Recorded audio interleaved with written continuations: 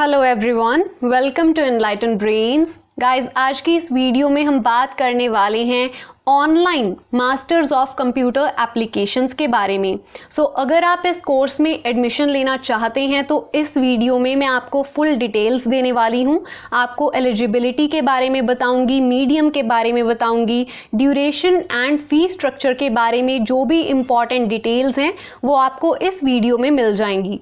Video को and तक ज़रूर देखिएगा और अगर आपको कोई भी डाउट आता है तो आप कमेंट बॉक्स में उसे मेंशन कर सकते हैं। गाइस, ये है ऑफिशियल साइट इग्नो की, आप अपनी स्क्रीन पर देख सकते हैं। इग्नो की दो साइट्स हैं, एक तो है डिस्टेंस लर्निंग के लिए। अगर आप ओपन करना चाहते हैं, ऑनलाइन पढ़ाई नहीं करना चाहते हैं तो आपको डिफरेंट साइट के ऊपर विजिट करना पड़ता है। बट अगर आप online masters of computer applications करना चाहते हैं तो आपको इस साइट के ऊपर विजिट करना पड़ेगा और इसका लिंक मैंने आपको डिस्क्रिप्शन बॉक्स में दे दिया है।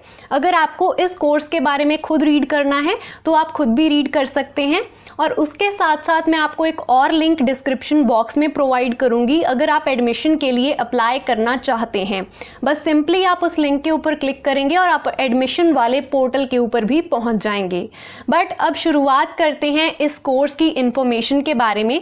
सबसे पहले हम बात करेंगे एलिजिबिलिटी एंड मीडियम के बारे में।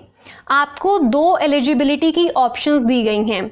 एक तो ऑप्शन ये है कि अगर आप BCA ऑलरेडी कर चुके हैं तो आप MCA के लिए अप्लाई कर सकते हैं। इसी के साथ साथ जिन स्टूडेंट्स ने BSc की है वो भी अप्लाई कर सकते हैं। अगर आपके पास बैचलर डिग्री है इन कंप्यूटर साइंस तो आप अप्लाई कर सकते हैं। इसी के साथ साथ अगर आपने इंजीनियरिंग की है या फिर आपके पास इसके इक्विवेलेंट कोई भी डिग्री है और आपके 50% मार्क्स हैं उस बैचलर डिग्री में तो आप एडमिशन के लिए बिल्कुल एलिजिबल हैं। 45% मार्क्स उन कैंडिडेट्स के लिए रखे गए हैं जो रिजर्व्ड कैटेगरी से हैं, जैसे कि हमारे SC, ST या फिर PW कैंडिडेट्स होते हैं। उनके लिए जो मार्क्स की रिक्वायरमेंट रखी गई है वो रखी गई है 45%। और आपको एक और बात बता दूं कि अगर आप रिजर्व्ड कैटेगरी के कैंडिडेट हैं तो आप स्कॉलरशिप के लिए भी अप्लाई कर सकते हैं। ऊपर आपको एक लिंक दिखाई दे रहा होगा। अगर आपको ज़्यादा इन्फॉर्मेशन चाहिए कि आप कैसे अप्लाई कर सकते हैं, कौन कौन से आपको डॉक्यूमेंट्स चाहिए, तो आप ऊपर दिए गए लिंक के ऊपर क्लिक करके उस वीडियो को देख सकते हैं। अब बात करते हैं सेकेंड रिक्वायरमेंट की कि अगर आपके पास BCA, BSc या फिर इंजीनियरिंग की डिग्री नहीं है तो आप MCA के लिए कैसे अप्लाई कर सकते हैं। देखिए, अगर आपके पास ये डिग्रीज नहीं हैं और मान लीजिए आपने BA की है तो आपको एक सेपरेट कोर्स करना पड़ता है जिसको ये ब्रिज कोर्स कहते हैं। आपको वो करना पड़ेगा और उसके बारे में भी मैं आपको बता दूंगी। Any bachelor degree of minimum 3 years of duration आपके लिए रिक्वायरमेंट रखी गई है। और आपने कोई भी डिग्री की है, मान लीजिए आपने BA ही की है तो आपकी BA एक रिकग्नाइज्ड यूनिवर्सिटी से होनी चाहिए और आपकी मार्क्स भी जो हैं वो 50% होने चाहिए। अगर आप रिजर्व्ड कैटेगरी के कैंडिडेट हैं तो अगेन आपकी मार्क्स की रिक्वायरमेंट रखी गई है 45%। इसी के साथ साथ आपके लिए एक और रिक्वायरमेंट है जो कि है कि आपने 12th स्टैंडर्ड तक मैथमेटिक्स की पढ़ाई की होनी चाहिए, वो कंपलसरी है। अगर आपने BCA या फिर BSc इंजीनियरिंग नहीं की है, मैं उसके बारे में बात कर रही हूँ। In addition, students are required to register and successfully complete 2 bridge courses।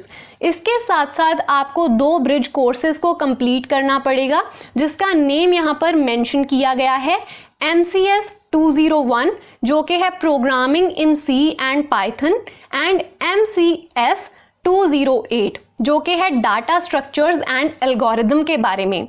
आपको ये भी साथ ही साथ करना पड़ेगा। और मीडियम की बात करें तो मीडियम आपको सिर्फ और सिर्फ इंग्लिश प्रोवाइड किया जा रहा है। आप इंग्लिश में ही MCA कर सकते हैं। आई होप आपको एलिजिबिलिटी की सारी जो डिटेल्स हैं वो क्लियर हो गई होंगी। दोबारा रिपीट कर देती हूँ, या तो आपके पास BCA, BSc या इंजीनियरिंग की डिग्री होनी चाहिए with at least 50% marks. Reserved category category वाले कैंडिडेट 45% मार्क्स, या फिर आपके पास कोई भी बैचलर डिग्री है जिसको आपने 3 इयर्स में कंप्लीट किया है, किसी रिकॉग्नाइज्ड यूनिवर्सिटी से है वो डिग्री, और आपके पास मैथमेटिक्स आपने पढ़ा है 12th तक, तो भी आप अप्लाई कर सकते हैं MCA के लिए। अब नेक्स्ट पॉइंट हम डिस्कस करते हैं कि आपकी ड्यूरेशन कितनी होगी और फी का स्ट्रक्चर क्या है। देखिए, मिनिमम आप 2 साल में इस कोर्स को कंप्लीट कर सकते हैं और मैक्सिमम आपके पास 4 साल हैं। अगर आप एग्ज़ाम नहीं दे पाते हैं, कभी कभार मिस हो गया या किसी भी रीज़न से आप एग्ज़ाम नहीं दे सकते हैं, तो आपकी जो एडमिशन है वो वैलिड रहेगी 4 सालों के लिए। फी की बात करें तो 12,000 रुपये आपको पर सेमेस्टर पे करने पड़ेंगे। सो आफ्टर एवरी 6 मंथ आपको 12,000 रुपये देने पड़ेंगे, और 2,000 रुपये उन स्टूडेंट्स को देने पड़ेंगे पर कोर्स के लिए जिन्होंने BCA, BSc या इंजीनियरिंग नहीं की है, क्योंकि उनको 2 ब्रिज कोर्सेज भी करने हैं। अब बात करते हैं आपके प्रोग्राम कोऑर्डिनेटर की। इनका एड्रेस, फ़ोन नंबर और ईमेल वगैरह आपको मेंशन कर दी गई है। Doctor Akshay Kumar as per 2022 आपके प्रोग्राम कोऑर्डिनेटर हैं। अगर आपको इनसे कोई भी बात करनी है, कोई डिटेल्स चाहिए, तो आप इस नंबर पर उन्हें कॉल कर सकते हैं या फिर उन्हें ईमेल लिख सकते हैं। इसके नीचे आप देखिए, यहाँ पर एक ग्रीन बॉक्स आपको दिखाई दे रहा है जिसमें लिखा है लर्निंग मैनेजमेंट सिस्टम।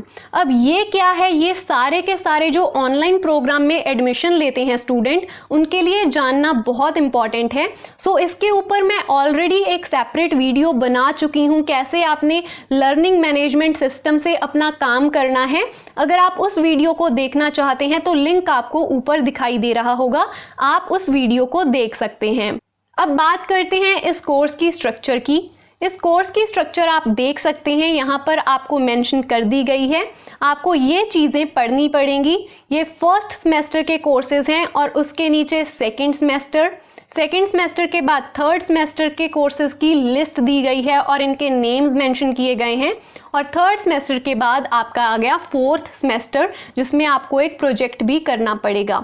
सो ये सारी चीज़ें हैं। अगर आपको कोई डाउट है तो आप कमेंट बॉक्स में मेंशन कर सकते हैं। अगर आपको कोई भी प्रॉब्लम आती है एडमिशन में तो आप मुझे इंस्टाग्राम पर मैसेज कर सकते हैं। इग्नू के साथ रिलेटेड हर अपडेट सबसे पहले पाने के लिए इस चैनल को ज़रूर सब्सक्राइब कर लीजिए, सो दैट आप कोई भी अपडेट को मिस ना करें। Thank you so much for watching.